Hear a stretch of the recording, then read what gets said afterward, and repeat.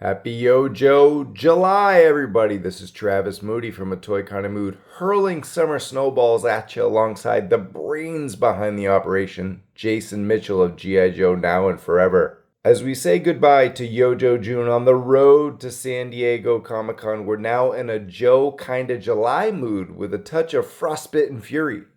Meet our classified series most wanted, Arctic Assault Force.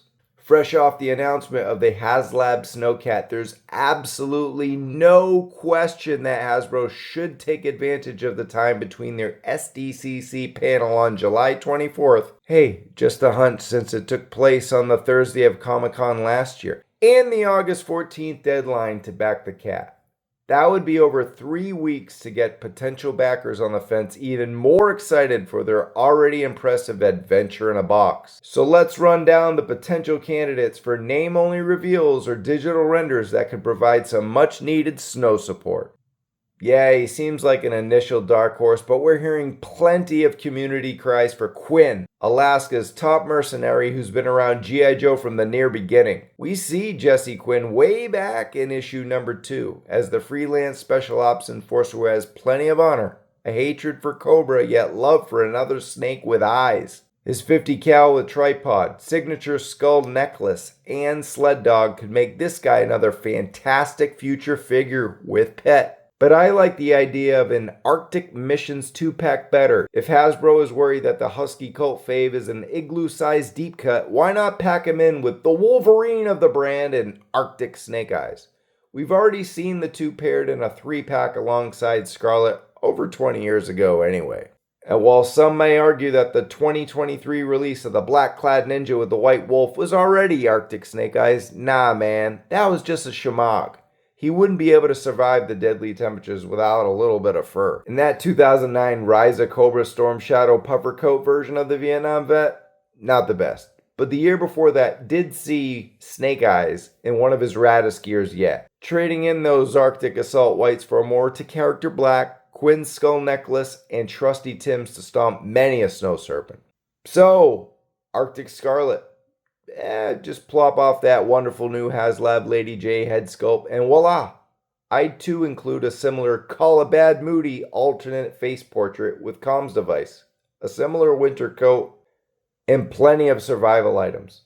Maybe a crossbow that shoots icicle arrows? Arctic Duke would then be not too far behind, since Hasbro could perform a similar frigid exchange with Flint.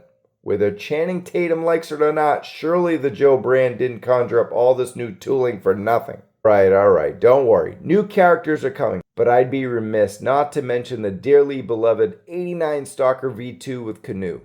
White overcoat and beanie over lime camo greens? Yes, we loved it. And with that type of entirely doable loadout, with a slight price jump for the kayak, this one's a wintry wonder. All the Quinning aside, those are just the repaints. Now on to the much-needed new Arctic Assault Force ready to conquer Cobra's icy stronghold. 93 Eco Warrior turned Battlecore cardback Snowstorm is a cold weather survival instructor who would probably hate the fact that many of us are celebrating our independence poolside with a smoky barbecue not too far away. All the more admiration for Staff Sergeant Willie Suarez, especially for rocking a creamsicle-colored Mega Man getup all those years. But if anyone can save this guy from being frozen in time, it's classified. Maybe. Up next is Avalanche, a character we ran down in our previous Most Wanted video for Battle Force 2000. Quick recap. Maine's Ian Costello preferred ice climbing gear, hello Alpine, and driving the Dominator. But if we don't get Avalanche the driver, will we ever see Avalanche the vehicle? Because you just know that Cold Front would rather launch ice mines from the cozy seat of his tank than release on foot. It's purely a winter wonder if we'll ever get either.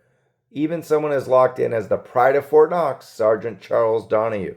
You ask for an iceberg, I give you a blizzard. You ask for a blizzard, I give you some July heat, because I have a strong feeling that these are the two name-only reveals for SDCC. 2 of the name-only reveals, that is. We should get more. 2 Arctic characters in a wave? I don't think so, but grouped in with a more iconic name, like a VT Snowjob or Winter Scarlet, and you've got yourself a Glacial 3-pack worthy of a Pulse exclusive pre-order. not putting either behind a $325 paywall was good business for Hasbro. Texas native Clifton Nash was imperative in 2 Sunbow cartoon episodes, while Blizzard led the way in Arctic Warfare and Chuck E. Cheese prizes? If only I knew what I know now, huh? You've got to win, chill.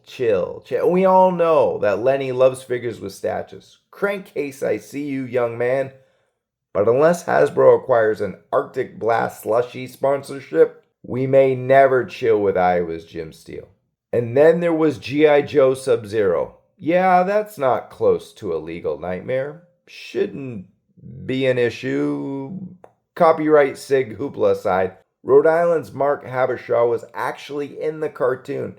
This SubZero figure didn't include katanas or wintry blast effects, but a giant mortar, some snowshoes, and a massive machine gun with bipod. Joe Zero was always prepared for combat, even if it wasn't quite so mortal. Alright, Joes, tell us which member of the Arctic Assault Force you're most excited to see reimagined classified series style. And make sure you like and subscribe to A Toy Kind of Mood. And follow GIJoe now and forever on Instagram at Death Valley Machine. For ATKM, I'm Travis Moody. I won't catch you in the snow, but if I see you at Comic-Con, I will say yo, Joe. Peace.